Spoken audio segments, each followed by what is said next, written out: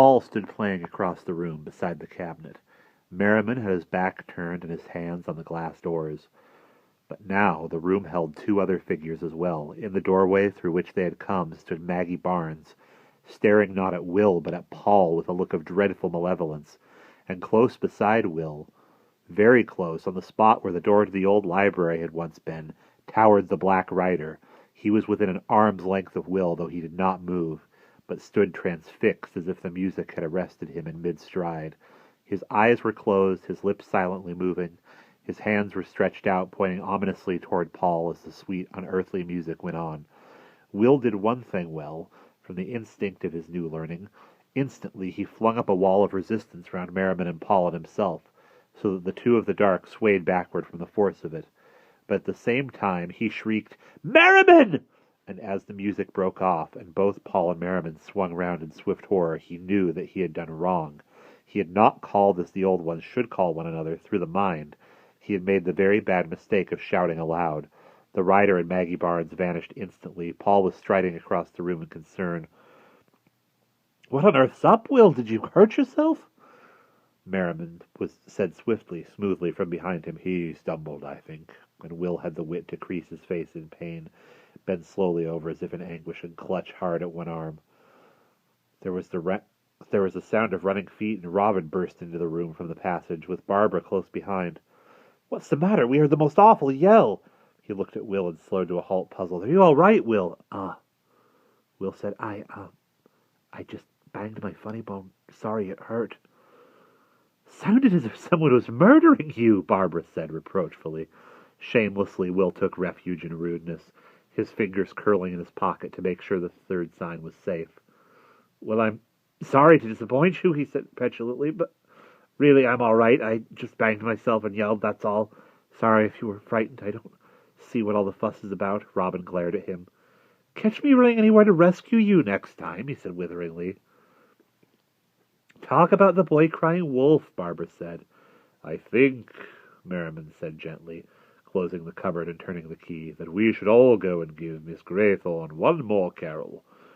And quite forgetting that he was no more than the butler, they all fled dutifully out of the room in his wake. Will called after him in proper silence this time. "But I must speak to you. The rider was here, and the girl." Merriman said into his mind, "I know. Later. They have ways of hearing this kind of talk, remember." And he moved on, leaving Will twitching with exasperation and alarm. In the doorway, Paul paused, took Will firmly by the shoulder, and turned to look at him in the face. "Are you really all right? Honest? Sorry about the noise. That flute sounded super." "Fantastic thing." Paul let him go, turning his gaze longingly at the cupboard. "Really, I've never heard anything like it, and of course never played one. You've no idea, Will. I can't describe. It's tremendously old. And yet the condition it's in, it might be almost new, and the tone of it." There was an ache in his voice and his face, but something that Will responded to with a deep, ancient sympathy. An old one, he suddenly knew, was doomed always to feel this same formless, nameless longing for something out of reach, as an endless part of life. "I'd give anything," Paul said, "to have a flute like that one day." "Almost anything," Will said gently. Paul stared at him in astonishment, and the old one and Will suddenly realized belatedly that this was not perhaps the response of a small boy. So he grinned, stuck out his tongue impishly at Paul, and skipped through the passage back to the normal relationships of the normal world. They sang "The First Noel" as their last carol. They made their farewells. They were out again in the snow and the crisp air, with Merriman's impassive, polite smile disappearing behind the manor doors. Will stood on the broad stone steps and gazed up at the stars. The clouds had cleared at last, and now the stars blazed like pinpricks of white fire in the black hollow of the night sky, in all the strange patterns that had been a complicated mystery to him all his life, but were endlessly significant now. "See how bright the Pleiades are tonight," he said softly, and Mary stared at him in amazement and said, "The what?" So Will brought his attention down out of the fiery black heavens, and in their own small, yellow, torch-lit world, the Stanton carolers trooped home. He walked among them speechless, as if in a dream. They thought him tired, but he was floating in wonder. He had three of the signs of power now. He had, too, the knowledge to use the gift of gramarye, a long lifeline of discovery and wisdom given to him in a moment of suspended time. He was not the same Will Stanton that he had been a very few days before. Now and forever he knew he inhabited a different time scale from that of everyone he had ever known or loved. But he managed to turn his thoughts away from all these things, even from the two invading, threatening figures of the dark. For this was Christmas, which had always been a time of magic to him and to all the world. This was a brightness, a shining festival, and while its enchantment was on the world, the charmed circle of his family and home would be protected against any invasion from outside. Indoors the tree glowed and glittered, and the music of Christmas was in the air, and spicy smells came from the kitchen, and in the broad hearth of the living room the great twisted Yule root flickered and flamed as it gently burnt down. Will lay on his back on the hearth rug, staring into the smoke, wreathing up the chimney, and was suddenly very sleepy indeed. James and Mary, too, were trying not to yawn, and even Robin looked heavy-lidded. "Too much punch," said James to his tall brother, as his tall brother stretched, gaping in an armchair. "Get lost," said Robin, amiably. "Who'd like a mince pie?" said Mrs. Stanton, coming in with a vast tray of cocoa mugs. "James has had 6 already," said Mary, in prim disapproval, "at the Manor." "Now it's 8, said James, a mince pie in each hand. "Yah! You'll get fat," Robin said. "Better than being fat already," James said through a mouthful, and stared pointedly at Mary, whose plump form had recently become her most gloomy preoccupation. Mary's mouth drooped, then tightened, and she advanced on him, making a snarling sound. "Ho, ho, ho," said Will, sepulchrally, from the floor. "Good little children. Never fight at Christmas." And since Mary was irresistibly close to him, he grabbed her by the ankle. She collapsed on top of him, howling cheerfully.